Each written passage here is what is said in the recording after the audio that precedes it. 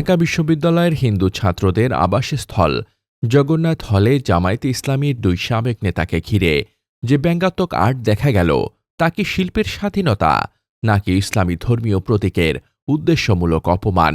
সমালোচকদের বক্তব্য, এ শিল্পকর্ম যদি রাজনৈতিক সমালোচনা হতো তাহলে দাড়ি ও টুপির মতো ধর্মীয় পরিচয়কে কেন ভিজুয়াল অস্ত্র বানানো হলো?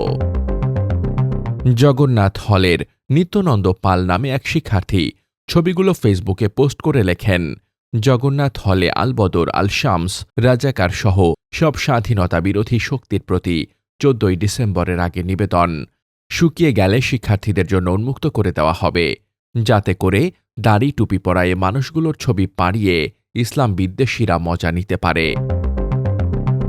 জগন্নাথ হলে এই আয়োজন করা হয়েছে কৌশলে ইসলামের সিম্বল দাড়ি টুপিকে অপমান করতে। এটা কৌশলে ইসলাম বিদ্বেষ ছাড়া আর কিছু নয়। এভাবে কৌশলে দাড়ি টুপির অপমান আগেও করেছে তারা তো সাজাপ্রাপ্ত বিএনপি নেতা সালাউদ্দিন কাদের চৌধুরীর ছবি দিতে পারত, কিন্তু তা দেয়নি, কারণ তার দাড়ি টুপি নেই। জগন্নাথ হলের এই ইসলাম বিদ্বেষী কর্মকাণ্ডে বাধা দিতে গেলে তাতে সাম্প্রদায়িকতার রং চড়াবে ভারত নিয়ন্ত্রিত বিভিন্ন গণমাধ্যম। ভারতের আধিপত্য বিরোধী জুলাই আন্দোলনের অগ্রনায়ক শরীফ ওসমান হাদি গুলিবিদ্ধ হয়ে হাসপাতালে জীবন মৃত্যুর সন্ধিক্ষণে বাংলাদেশ জুড়ে চলছে অস্থিরতা।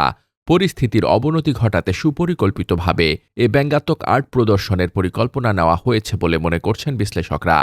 শরীফ ওসমান হাদিকে গুলি করার জন্য ভারত ও তার এ দেশীয় দোসরদের চিহ্নিত করা হয়েছে।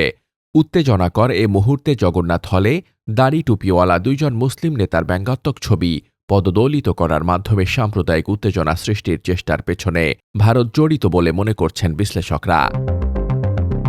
হাদিকে গুলি করার মাধ্যমে নিরাপত্তাহীনতা ও সাম্প্রদায়িক উত্তেজনা সৃষ্টির মাধ্যমে বাংলাদেশে নির্বাচনে বাধা তৈরির পেছনে যে ভারতের হাত রয়েছে তাতে কোনো সন্দেহ নেই বিশ্লেষকদের।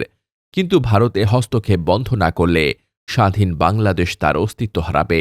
তাই 2024 সালের হাসিনা বিরোধী অভ্যুত্থানের মতো ছাত্র জনতার ইস্পাত কঠিন ঐক্য গড়ে তুলতে হবে।